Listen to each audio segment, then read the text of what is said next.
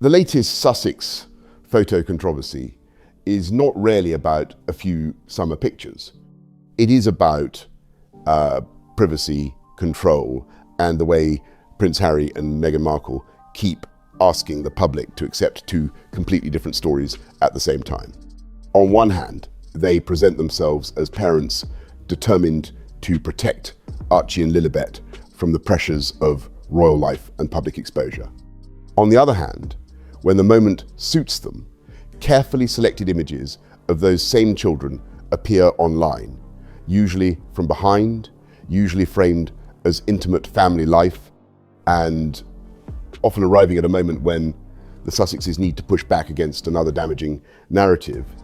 This time the reaction has been especially fierce because one of the photographs appears to show Harry and the children walking with flowers at Althorp, the Spencer family estate where Princess Diana is buried.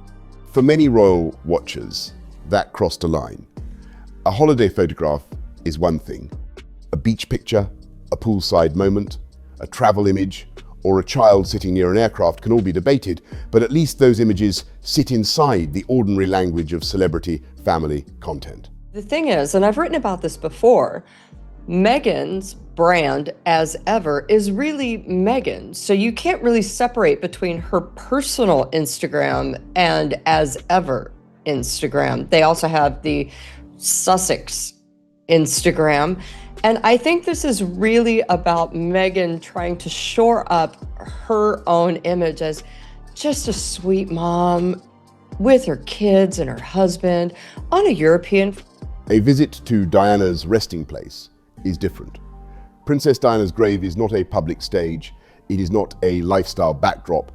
It is located on an island in the Oval Lake at Althorp, deliberately removed from public access.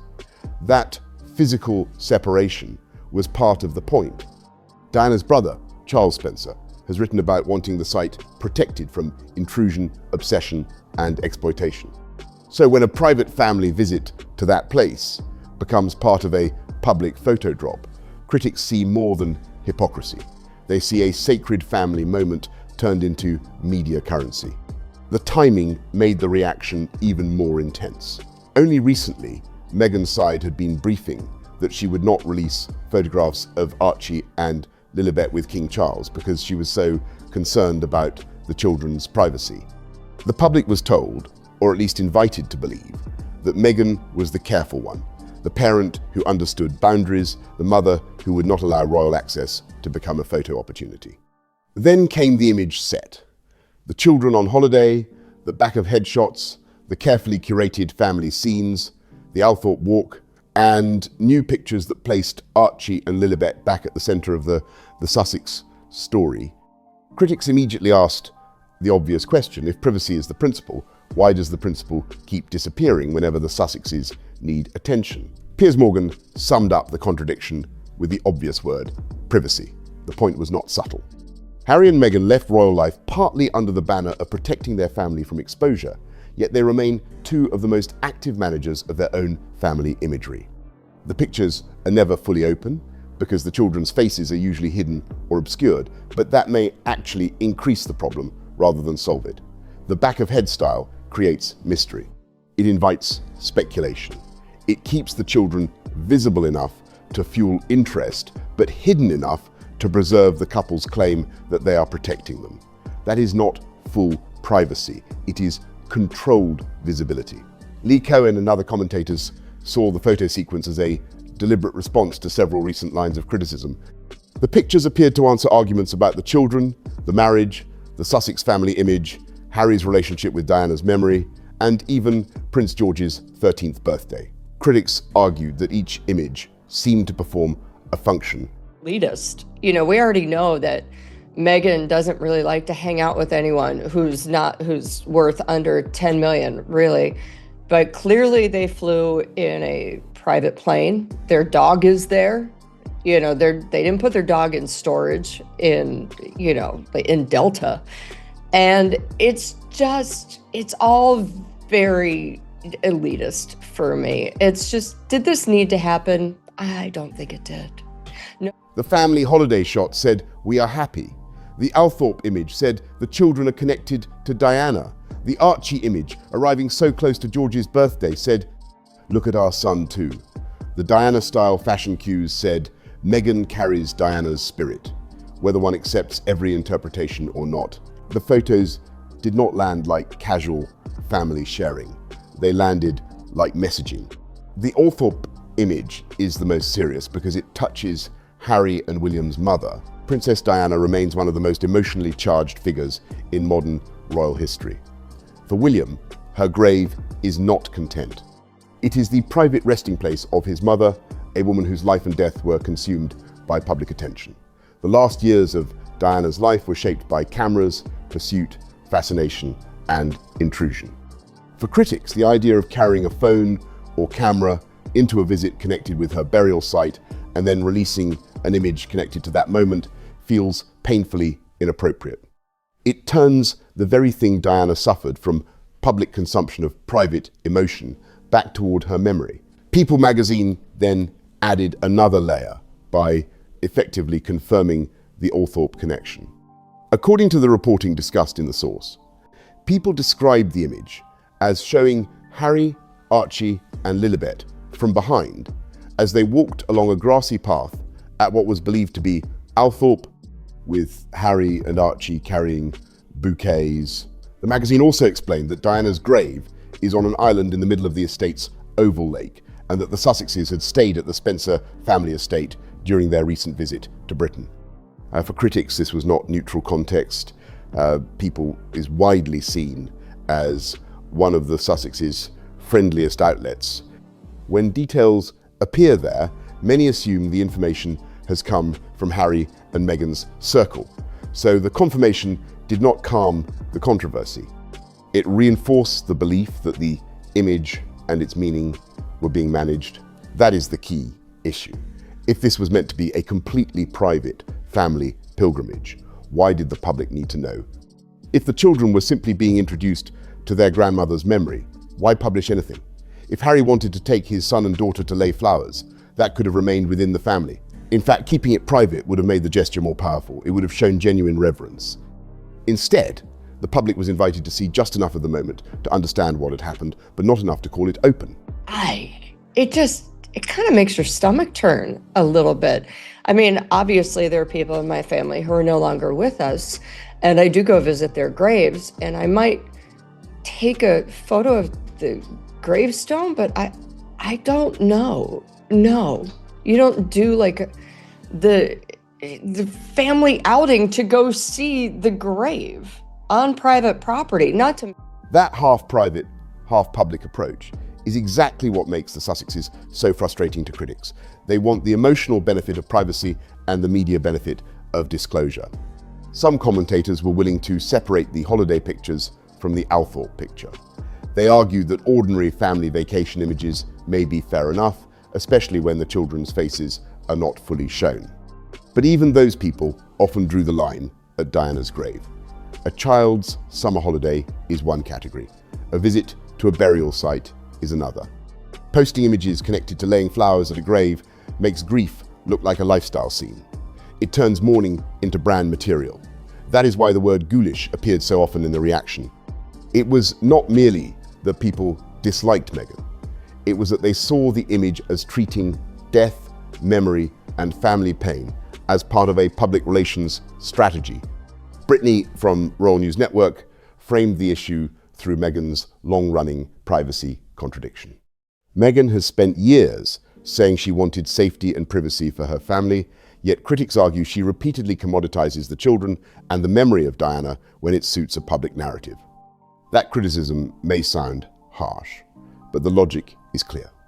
A private mother does not need to show the world that her children visited Diana's grave.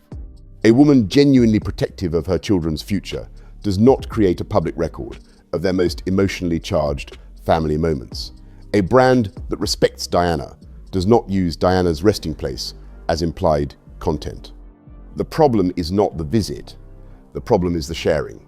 The potential future Diana documentary makes the controversy even more suspicious in the eyes of critics.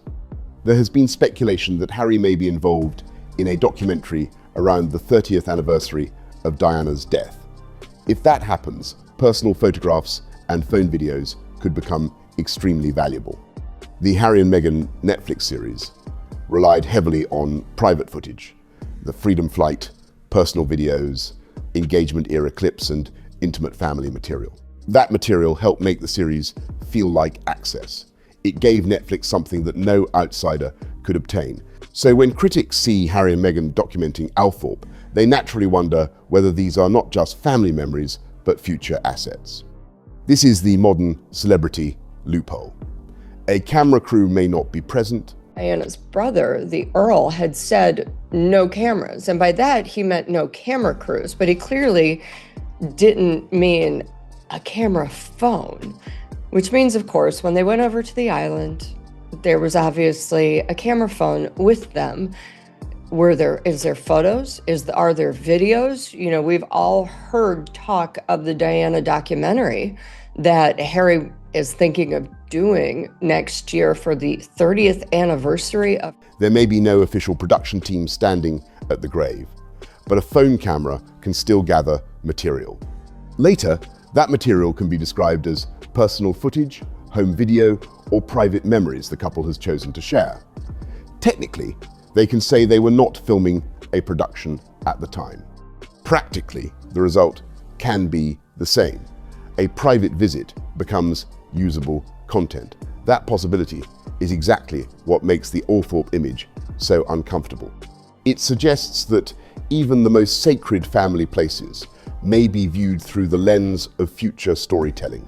Paula Froelich raised this point directly in the discussion. If the couple went to Althorp with phones, and if images or videos exist beyond what was posted, then the public has to ask whether those materials might appear later in a documentary or interview. Harry and Meghan have already shown a willingness to open their personal archive when the price and platform are right. The first Netflix series proved that, so the concern is not imaginary. If footage from Diana's resting place eventually appears in a future project, the criticism will be even stronger, because people will look back at this Instagram-style image dump as the first signal. The Diana cosplay conversation adds another layer. Meghan has often been accused by critics of echoing Diana's clothing, poses, colors, and public symbolism. In this image set, some focused on Meghan's swimsuit, arguing that it resembled a style famously associated with Diana. On its own, that might be coincidence. Many swimsuits have similar cuts. Many women wear classic silhouettes. But royal watchers do not see this as a single moment. They see a long pattern of visual references. When a pattern exists, every new echo is treated as evidence. That is why the reaction was so immediate. Critics believe Meghan knows exactly what she is doing when she visually places herself near Diana's image. The most uncomfortable interpretation is psychological rather than stylistic. Some critics argue that Meghan appears to be presenting herself to Harry as a continuation of Diana, or at least as the woman who understands and embodies Diana's legacy. That is a very charged claim and should be handled carefully. But it explains why the imagery provokes such a strong response. Harry's grief for his mother is central to his identity and to much of his public story. Her death, which is also incredibly ghoulish. And we also know that the Netflix Harry and Meghan doc had a bunch of their home videos, and by that I mean their phone videos on them. So this would likely be appearing there. Any attempt to visually occupy Diana's space will be seen as manipulative by those already skeptical of Meghan. Whether intentional or not, the effect is powerful. Meghan is again discussed in relation to Diana, again positioned inside Diana's emotional shadow, and again benefiting from the comparison. The relationship with Charles Spencer also complicates the Althorp visit. The Sussexes were reportedly guests at the Spencer estate, which gave the children access to a place closely tied to their grandmother. On paper, that sounds natural. Harry is Diana's son, Archie and Lilibet are Diana's grandchildren. The Spencer family connection is real, but critics point out that Harry's relationship with his uncle appears useful in the current royal climate. Charles Spencer is not especially close to Prince William, and for Harry, Althorp offers royal-adjacent emotional legitimacy outside the direct control of Buckingham Palace or Kensington Palace. It allows him to claim Diana's world while remaining at odds with William's world. That is why the image can also be read as a message to William. The Wales family released material around Prince George's 13th birthday, showing the future king growing up inside a carefully managed royal environment. Shortly afterward, Meghan shared images that put Archie back into the conversation. One of the images reportedly showed Archie in a context that commentators compared to George's recent public imagery around planes or aviation. Children grow quickly, and many children like cockpits or aircraft, so one should not overstate the comparison. But the timing was enough to raise eyebrows. George's birthday was still being discussed. George's future was the subject of public interest. And then suddenly, Archie appeared in a way that invited comparison. This is a recurring Sussex pattern. A Wales moment is followed by a Sussex counter moment. It may not always be planned that way, but it often lands that way. Catherine appears and Meghan posts. George is celebrated and Archie appears. William receives praise and Harry gives an interview.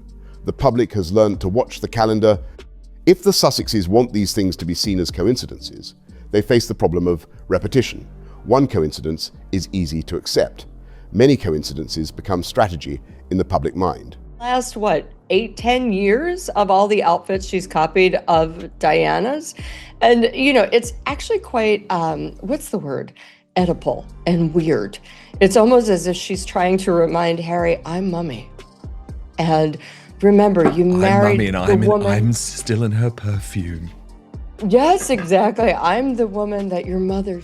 The comparison between the Wales children and the Sussex children is especially important. William and Catherine released controlled images of George, Charlotte, and Louis at set moments, birthdays, major royal events, carefully chosen family videos, and public occasions where the children are being introduced slowly to royal life. The images usually show enough to satisfy public interest, but not so much that the children feel like content. The Sussex approach is different. Archie and Lilibet are often hidden and shown at the same time.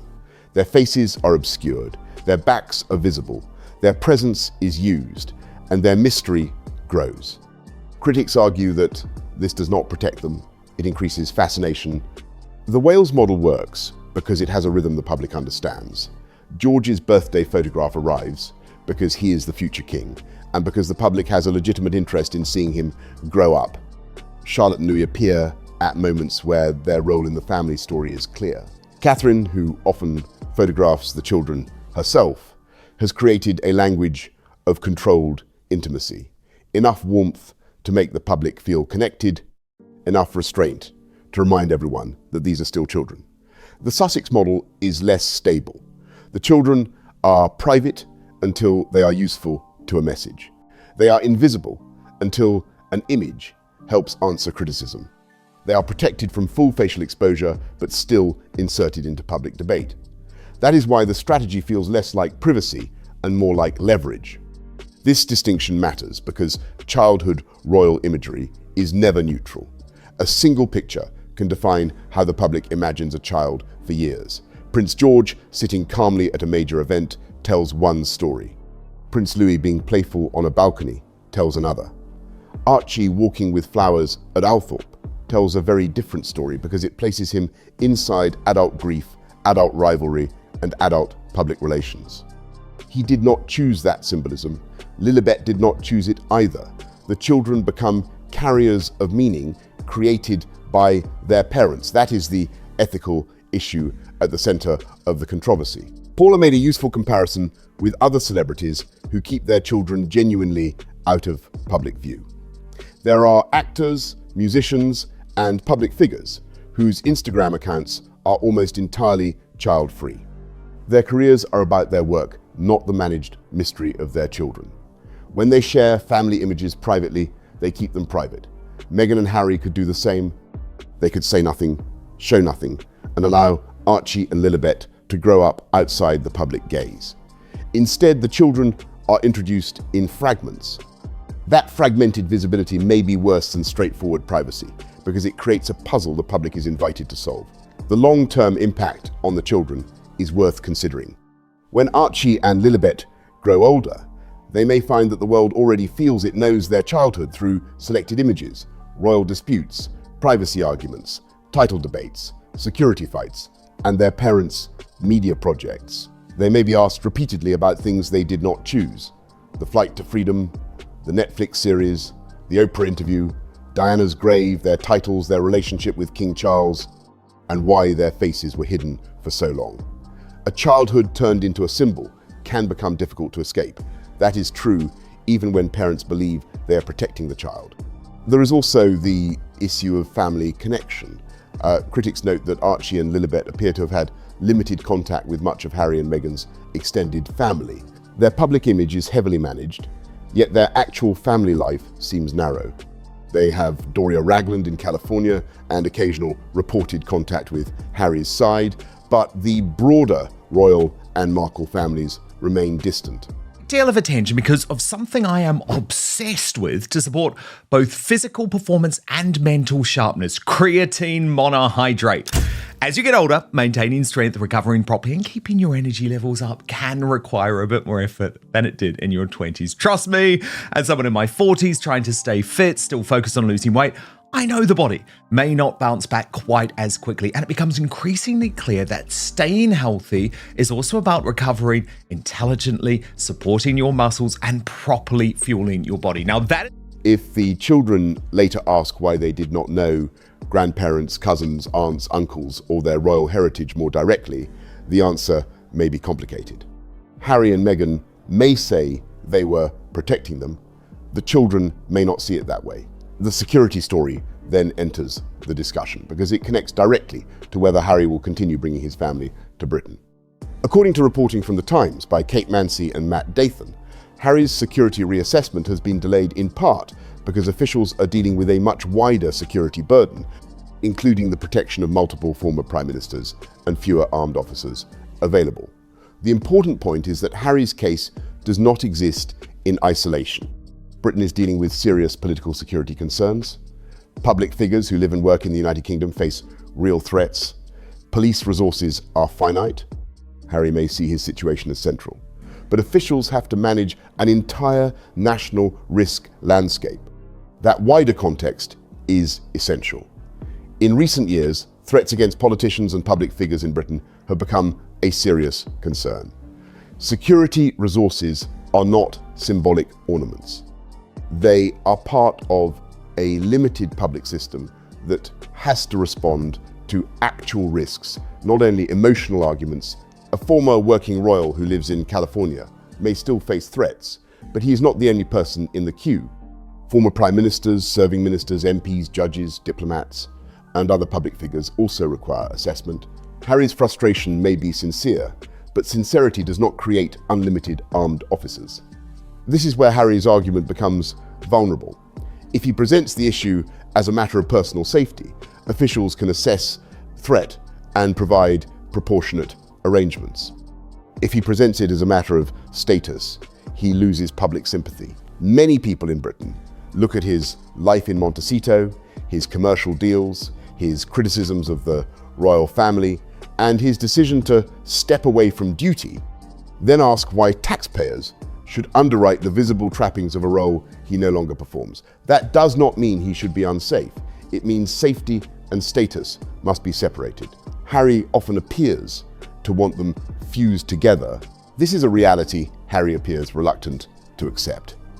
He is no longer a working royal. He does not live full-time in Britain. He is not carrying out public duties on behalf of the Crown in the way the Prince and Princess of Wales or the King and Queen do. He may have personal risk because of who he is, but that does not automatically entitle him to the same security arrangements as frontline royals or major serving public figures. Critics argue that Harry wants the visible protection because it restores royal status. The official argument is about risk. The public argument is also about optics. The recent family visit may have weakened Harry's case rather than strengthened it. If he, Meghan, Archie and Lilibet were able to travel privately, stay at Althorp, move around without a large visible motorcade, and remain safe, then critics will say the trip proved what officials have argued all along: security can be arranged according to risk without automatically giving Harry the full royal-style protection he demands. He may not like that. It may feel to him like a demotion, but that is precisely the point. He is demoted in functional terms because he stepped back from royal duty. The Times reporting also suggests that Harry may simply not be the priority he imagines himself to be. Former prime ministers, senior politicians, and current public officials face ongoing threats in a country that has seen serious political violence. No, it's not. And the other thing is, there are plenty of celebrities. Look at Eva Longoria. Look at Eva Mendes. I'm just going to name all the Evas today. You don't know what their children look like because their career is about them. They don't feel the need to post their photos. And if they do, they give it out to private friends. But their public-facing Instagram is absolutely child-free. And armed protection officers cannot be deployed to soothe wounded pride. That is the harsh version of the argument, but it is the one many critics make. Harry's desire for blues and twos style treatment may be emotionally tied to his view of himself as still royal. The state has to look at role, threat, resource, and public interest. This creates a decision point for Harry. If he wants the children to spend time in Britain, he may have to accept private security arrangements and a low-profile approach. If he refuses to bring them without the official protection he wants, critics will say the security issue was never only about safety. If he does bring them and they are safe, critics will say the point is proven. Either way, the old argument becomes harder to sustain. The more the Sussexes visit quietly, the weaker the demand for visible official protection looks. Then comes the contrast with the King and Queen at the Commonwealth Games in Glasgow. The opening ceremony reportedly included Charles and Camilla making an entrance through the Doctor Who TARDIS, a playful moment that invited comparison with the late Queen Elizabeth's famous James Bond Olympic sketch. It may not have had the same iconic power as the Queen appearing to skydive into the London Olympics, but it showed the monarchy continuing to participate in national and Commonwealth public life with a sense of humour. Charles and Camilla were doing the job, appearing, opening, representing, and carrying on. That moment led naturally into a question about Invictus. If the Commonwealth Games can bring together athletes from across nations with an established structure and a broader sporting tradition, why does Invictus require such enormous cost and attention around Harry? That is not an argument against wounded veterans or adaptive sport. It is a question about sustainability, governance, and focus. Invictus has a meaningful mission, but critics argue it has become too centered on Harry and Meghan rather than the competitors. When the public conversation around Invictus is about Harry's security, Harry's grievances, Meghan's outfits, funding, board politics, or overseas optics, the athletes are pushed into the background. The announcement that South Korea will host a future Invictus Games added another layer. Some commentators noted that Princess Anne had recently been in South Korea, and shortly afterward the Invictus announcement placed the Games there. That timing invited speculation about soft power, royal-adjacent diplomacy, and whether Harry continues to benefit from networks connected to the monarchy, even though he is outside the working royal family. South Korea is also a country where status, hierarchy, and royal symbolism can carry significant cultural weight. Harry may not be a working royal, but in many international settings, a prince is still treated as a prince. Paula suggested that South Korea may provide the kind of financial support Invictus needs at a time when the Games may be struggling in more transparent or difficult funding environments such as Europe, Australia, or the United States. That claim should be treated as analysis rather than established fact. But the logic is clear. Invictus is expensive. Host cities and governments have to justify the cost. If ticket demand, broadcast interest, outside funding, and public engagement are not strong enough, then the event depends heavily on public funding and political goodwill.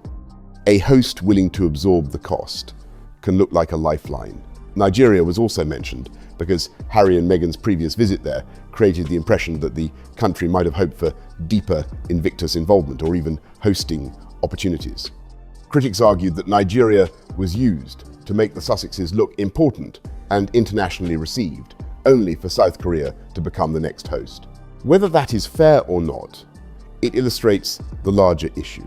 Harry's international movements often blur charity, diplomacy, celebrity, and royal status. People who receive him may treat him as royal. He may insist he is private. The optics remain ambiguous. There is now even a petition, first highlighted by Paula in other media, calling not for the cancellation of Invictus, but for Prince Harry to be removed from his central role, because critics argue he has become a distraction from the Games. Whether such a petition can have any formal effect is doubtful. Harry appears to have strong loyalists around the organisation, and critics say he has influence over the board and leadership structures. But the fact that such a petition exists at all tells us something. Invictus was once Harry's strongest shield. Now, even Invictus is becoming part of the argument over whether Harry helps or harms the causes he attaches himself to. The centre bail comparison is part of that reputational problem. Harry's fallout from centre bail damaged one of the longest-standing charitable pillars of his public life. And absolutely be safe, and his family is absolutely safe. And why should he be given RAVIC security when people who actually live in Britain and pay taxes in Britain are in danger? He does not live there. I don't think they pay taxes there. So just because his father is king does not mean he should have full time. Again, he doesn't need it. If questions also grow around Invictus governance, funding, and Harry's dominance of the brand, then his charitable identity becomes less secure. Harry needs Invictus because it gives him purpose, respectability, and a reason to keep appearing on international stages. But Invictus also needs to be bigger than Harry.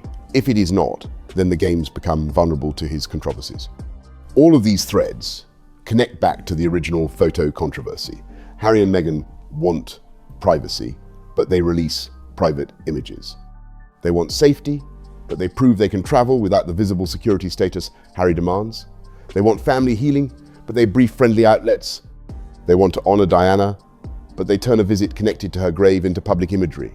They want the children protected, but the children become part of the narrative whenever the Sussex brand needs warmth. They want to be independent, but their relevance still comes from royal relationships, royal titles, royal grief, and royal memory. That is why the public reaction has been so strong. People are not responding only to one picture.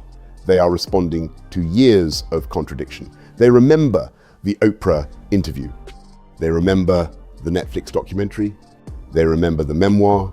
They remember the claims about privacy. They remember the arguments over titles and security.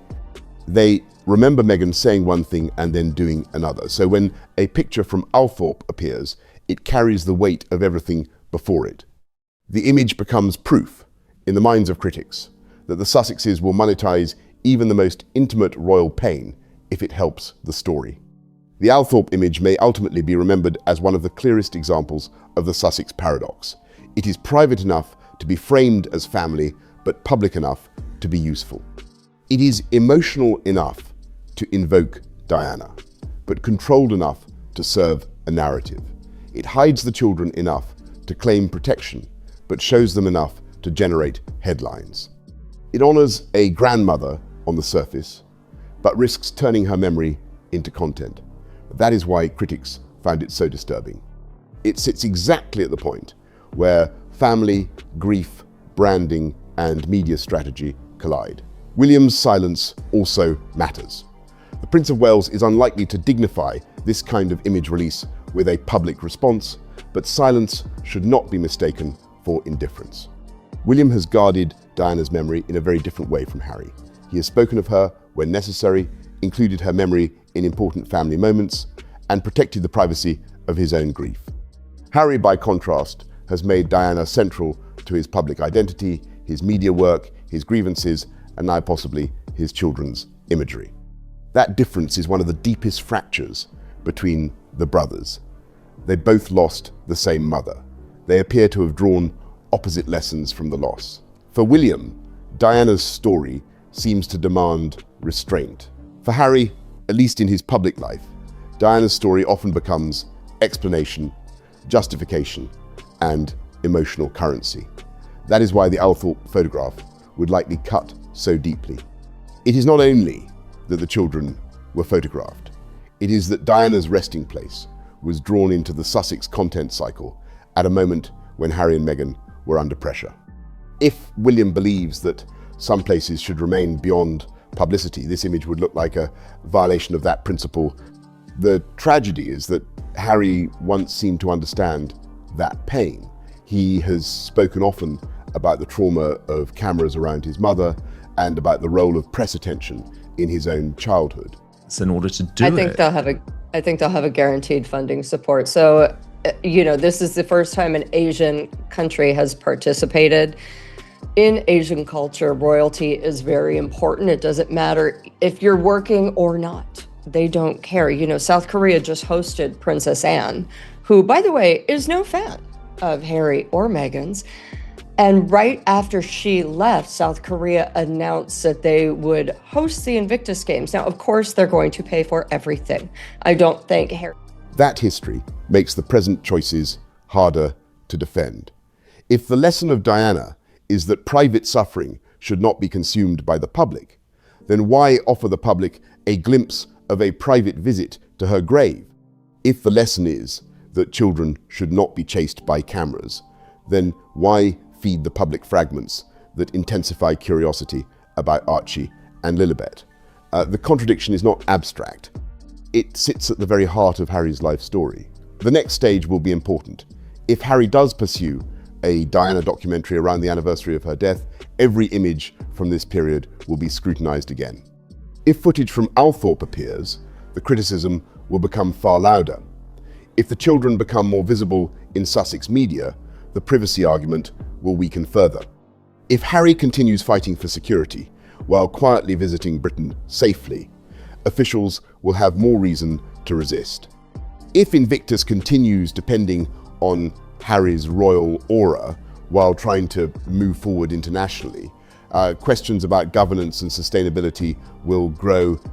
For now, the message is already clear. Harry and Meghan cannot keep asking the public to ignore the gap between what they say and what they do. From what they're really about and distracting from the participants. Do you think this is causing the organisers any concern? Is it building momentum? I think it's building momentum in the public, but no, I don't think it will make a difference at all. As we've seen, Harry has kind of stocked the board with extreme loyalists, if you will. So he's got an iron grip, unlike he did on Centre Barley. 100%. Look at what he did in Canada, Invictus. A guy who was... Privacy cannot mean no images unless we choose the angle. Respect for Diana cannot mean using her resting place as a symbolic backdrop. Protecting children cannot mean releasing just enough of them to feed curiosity.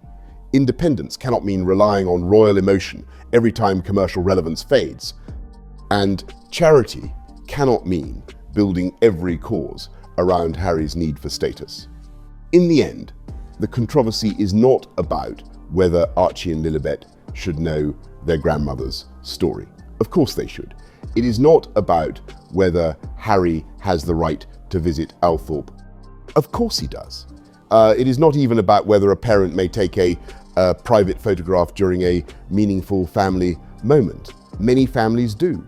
The issue is publication. The issue is why the world needed to see it. The issue is why a private act of remembrance became part of a public image package at a moment when the Sussexes needed to push back against criticism. That is what changed the meaning of the visit. That is what made people recoil. And that is why, once again, Harry and Meghan's own choices have turned their demand for privacy into the very thing that makes people